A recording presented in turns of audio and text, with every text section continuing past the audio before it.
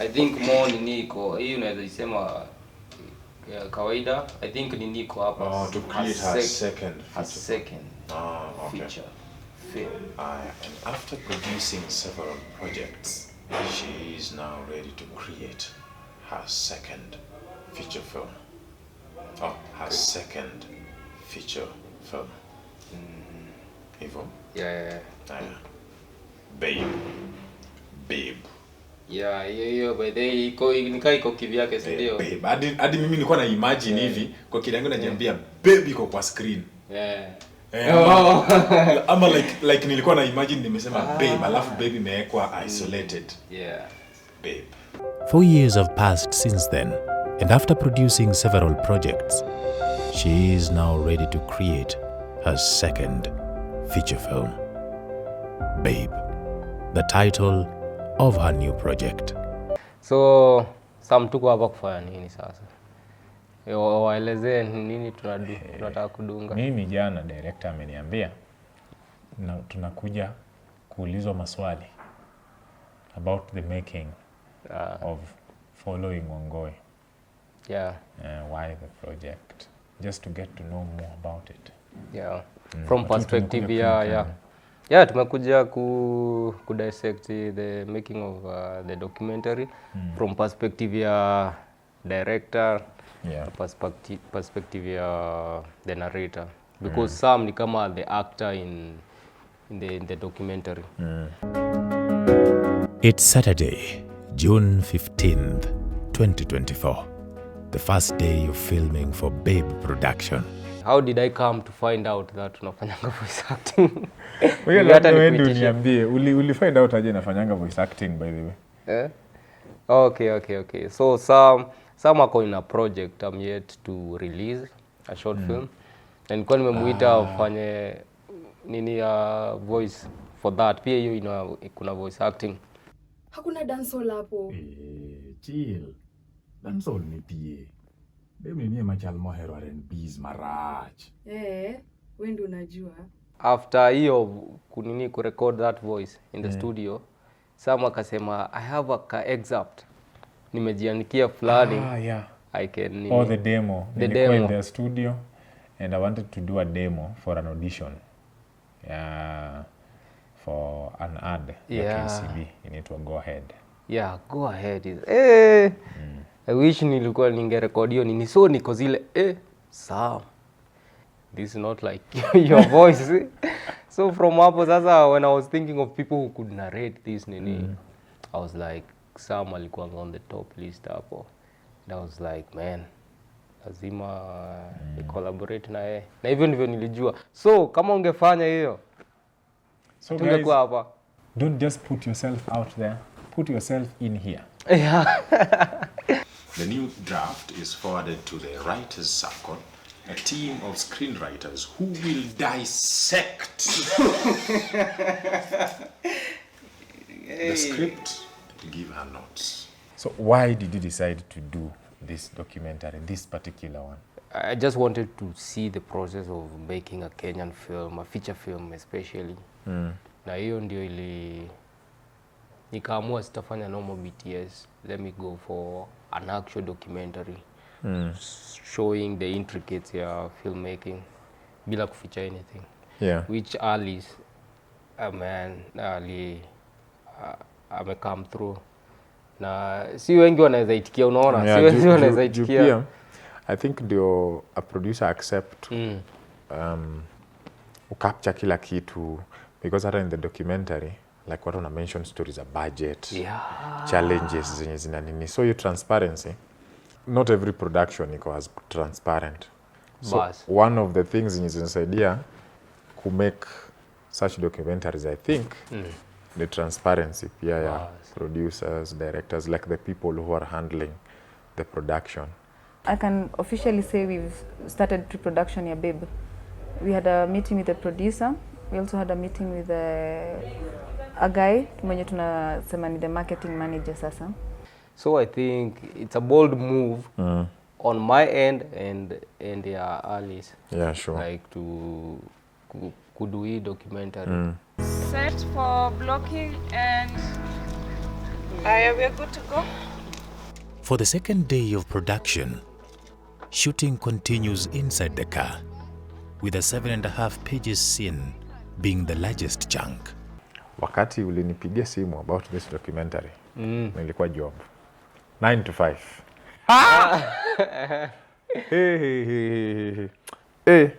By the way, ulikuwa patient na mimi. Juu nilikuwa ni audition kitambo. Yeah. 1 month later bado I'll tell you why. 1 month later bado sija audition. Alafu tena siku nyingine nasikia Sam kwani na hiyo time ni juu mimi sikuwa najua ni nini unatengeneza. Ungeniambia ni nini unatengeneza that you need my voice for, ingekuwa easy. So finally when you told me what you're working on, nilikuwa like hiyo ni kitu nataka kufanya. Because if there's one thing yenye pia na lack in Kenya ni documenting our art journey. I think if people saw where we were coming from, they'd appreciate more where we are and where we are going. Kuna films mob sana zenye someone would watch them and go like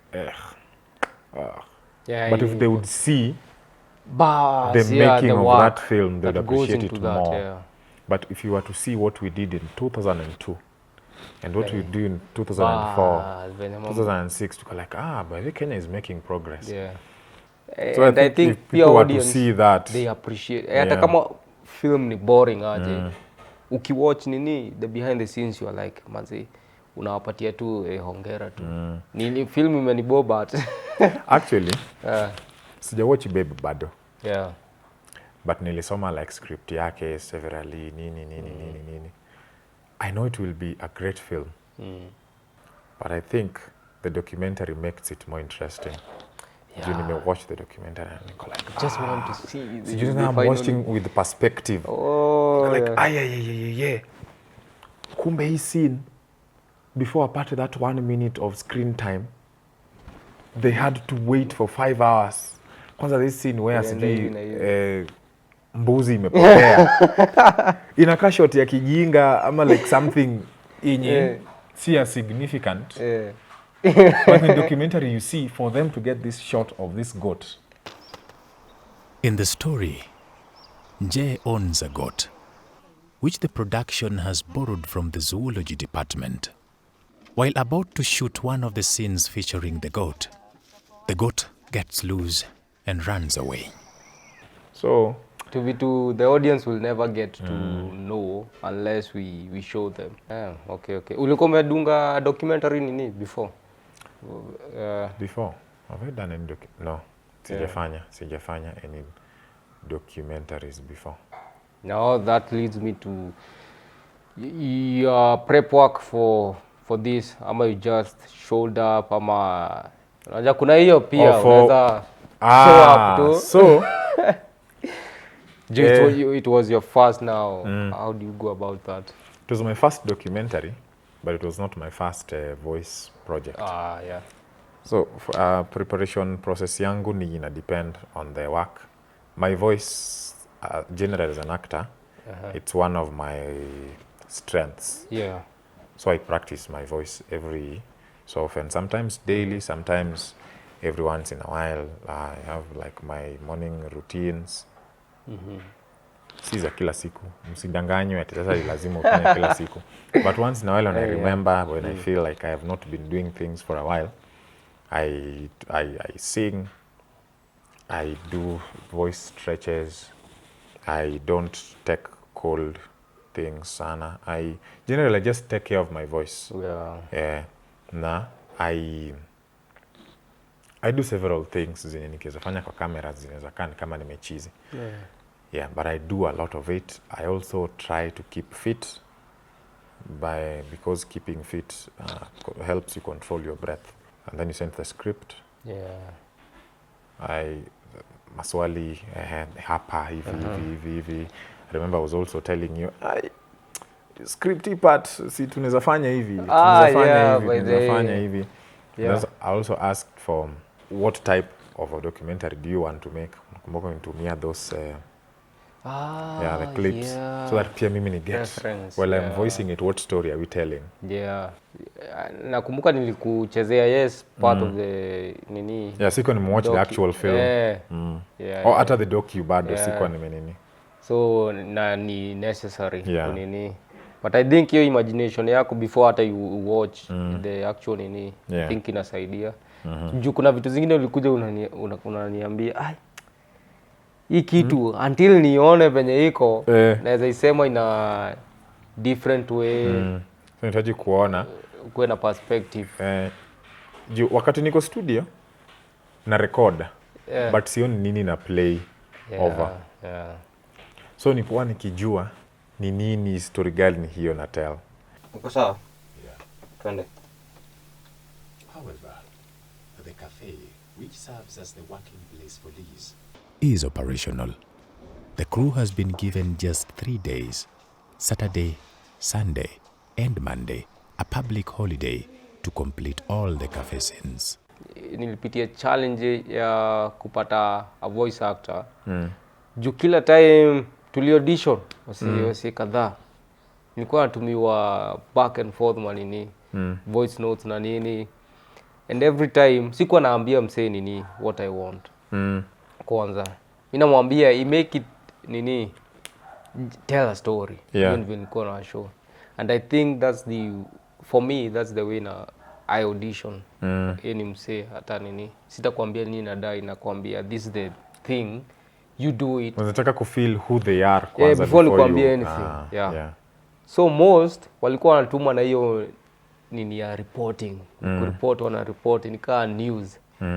So from hapo nilikuwa najua huyu msee ajui documentaries so then now change nawaambia hey, by the way don't sound sasa kama msee wa news. So they go and do it again but niko zile inakaa unaniambia tu you're not telling me a story.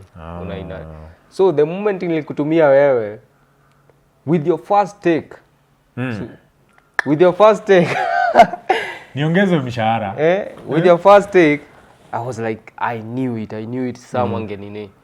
The thing ni you even changed uka rephrase the nini yours example nilikuwa nimekutumia. Baada ya kusema venye nimeandika ukai tana zina baada ya kuanzia na chenye nimeanzia nayo ukaanzia na the next thing hivyo. Nilifeel hivyo ndivyo. Actually nilikuwa na several takes yenye ilikuwa na follow the script. But sasa the more nasoma nilikuwa na feel like ina feel ni kama something should come before. Juu inafaa ku feel kama story. So ndio maana nilichange. Now that is what you need as a director. Every time natumia hizo nini niko zile naambia Ali still I think we need to get some. I think we still need to get some. So Alisa kinipigia at the last alisema like, Kirago insist ni wewe. I was like this sawa ukipata msee anaelewa kwanza has that love for documentary atakuwa collaborator fiti for that thing. So I was like hata kama maybe the film will not be hautapendezwa na filamu ukiona docu as a filmmaker as a producer you're inspired you're inspired to do your own to document your own process. So it's for a bigger purpose more than myself. It's for I would say the industry kupania something new. So like finally tumepata production yenye inatumia BTS vizuri. Like what BTS upeleka ngo wapi by the way? Wanapata tutumia client ama wanafanyanga nini? Hata actors atutumiangu hizo. And pia not to lie. Niko like this would be a good ground for my voice acting. If I am to say, if someone is to ask me, hey, so umefanya projects gani za nini?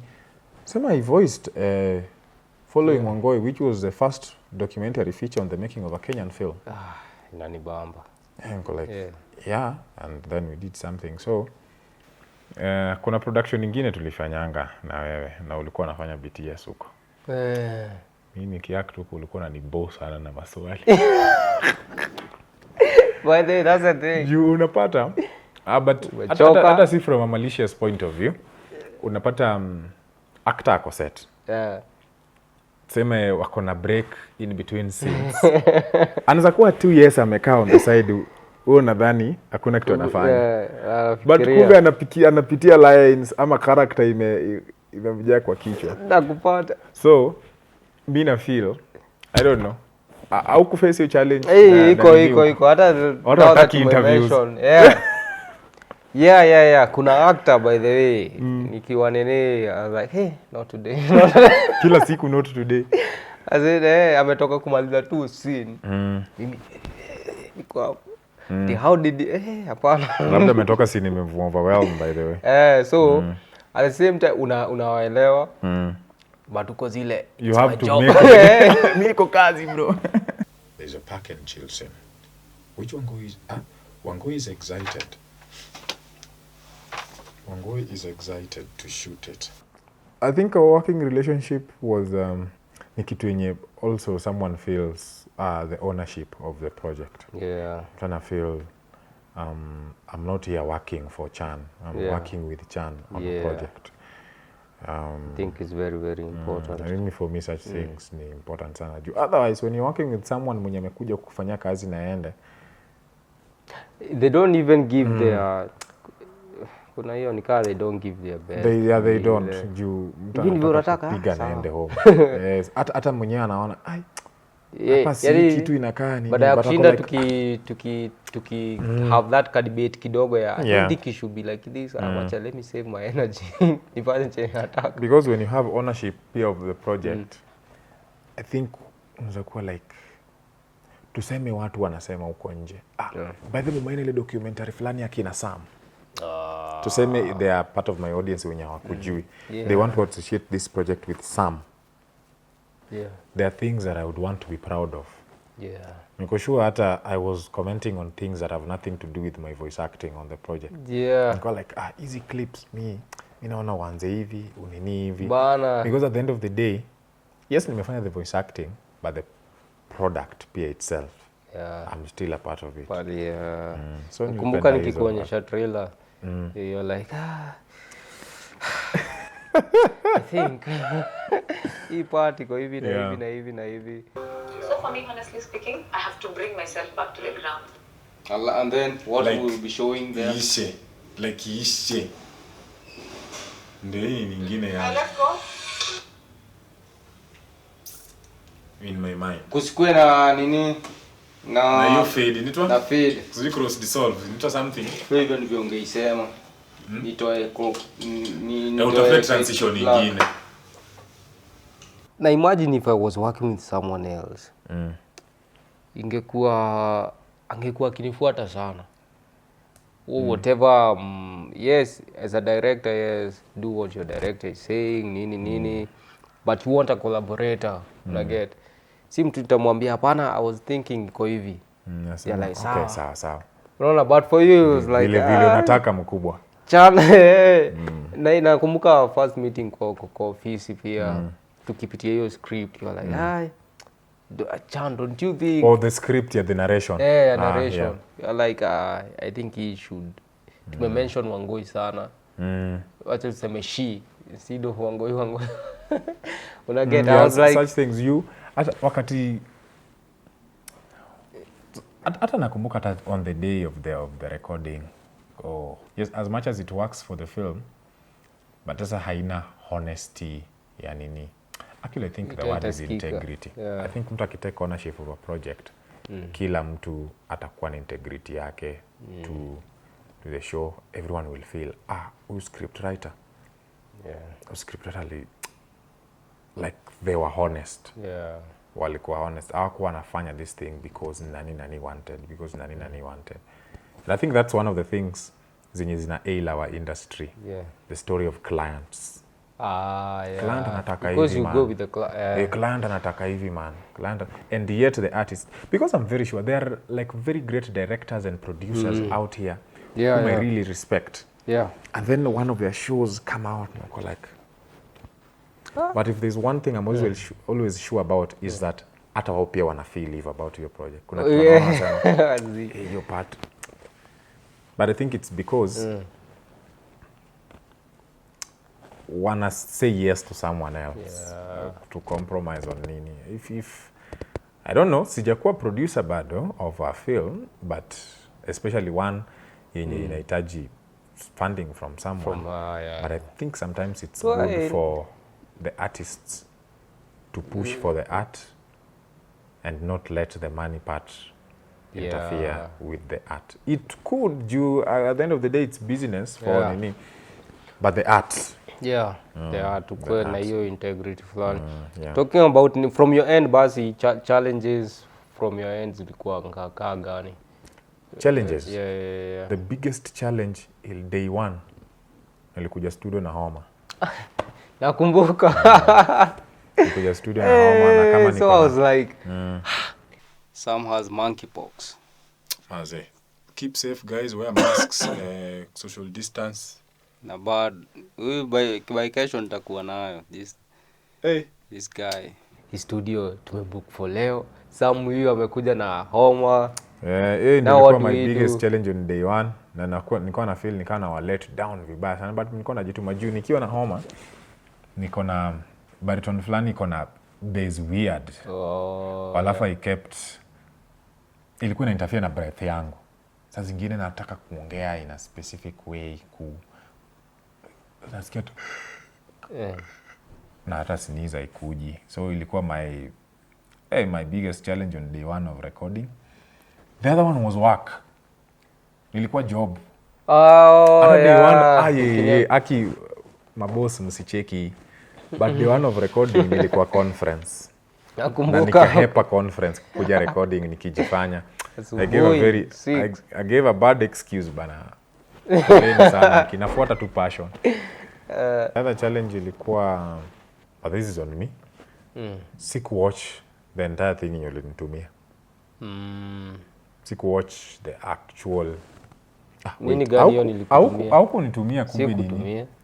So that was my other challenge. Sikuona kitu na voice. Sikuwa naona the images ziko kwa screen wakati na voice. So I used a lot of imagination. So of which I think ilikuwa ina work.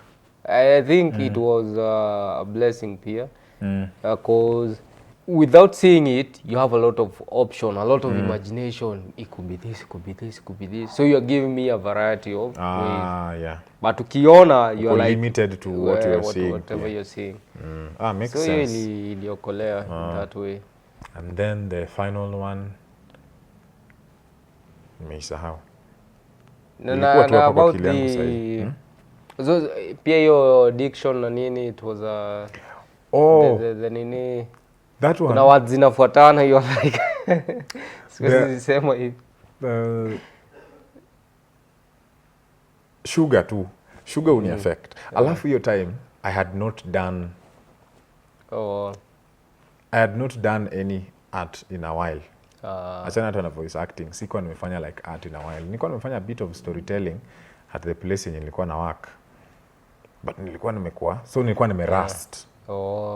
Wakati for the first recording, nilikuwa nimerust. Gusa piga sandpaper nini. So ilikuwa the diction nini.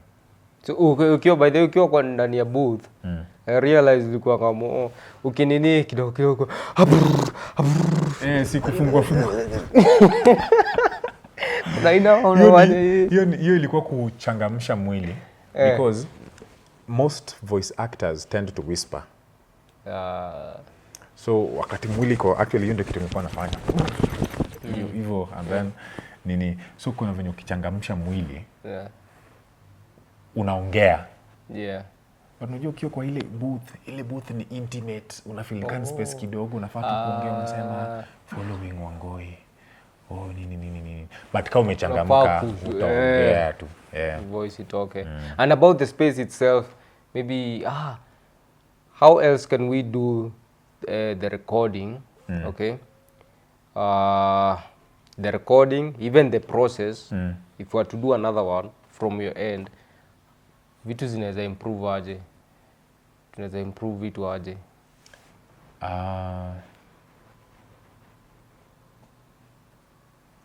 The first recording sikuwa na headphones. Hata si the first recording. Zote sikuwa na headphones? Hakuwa na headphones. Headphones help a lot, especially for narrations. So headphones and then a stand ya script. Yeah. So that nisi. Juu najua nachoka. Imagine for 1 hour niko hivi. And then nafungua.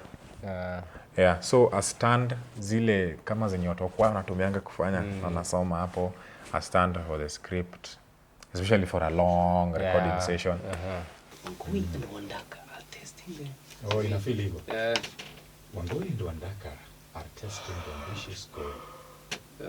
Wangui and Wandaka are testing the ambitious goal of completing a project in 21 days. Yeah.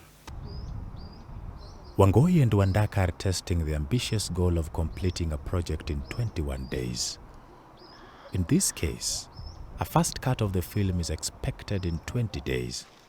To expedite the process, Chris Kimani is tasked with editing the film concurrently with shooting. Despite delays, the team completes the day's scenes and even manages to shoot a few from day 2. I hope that when you see it, you just want to do yours. If you're producers, some producer directors, man. Yeah. Ukiona, you're like, man, I want to do one for my nini. For my film. Na the more people wanaweza fanya hivyo, the more tutakuwa na that culture ku document our filmmaking process in real time na inspire a lot of upcoming filmmakers. Imagine mtu ndio ameingia first year ku study film. Yeah. Ama kwa high school. Na hii kitu in one way interact nayo. They are like, oh. They can see the process. Yeah. This is what happens na nini. Is that a gaffer? Is that nini? Actually, I want to be like. Actually, that specifically, I think inaweza fungua macho to even parents to aspiring filmmakers. Wanaweza ona, so film iko na kazi.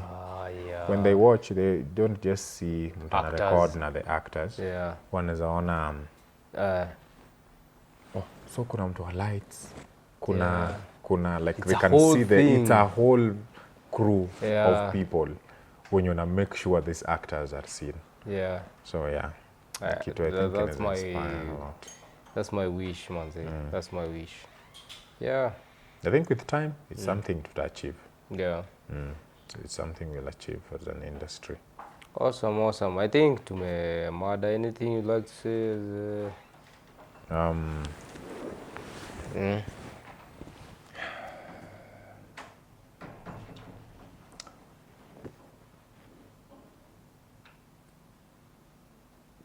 Watch Following Wangui. What do you watch, man? Watch Following Wangui. It's the first documentary feature on the making of a Kenyan film. Yeah. By yours truly, Kirago Chan Studios, and voiced by Sam Alcons. Let's make our industry better. Bana. Let's document our filmmaking history. Yeah. In real time, bana. To see. So that's it, manze. Sam, I thank you, man, for this for this journey. This is the first of many, manze. First of many. First sure. of many. Give up. Ni hivyo unaweza chukua tu BTS.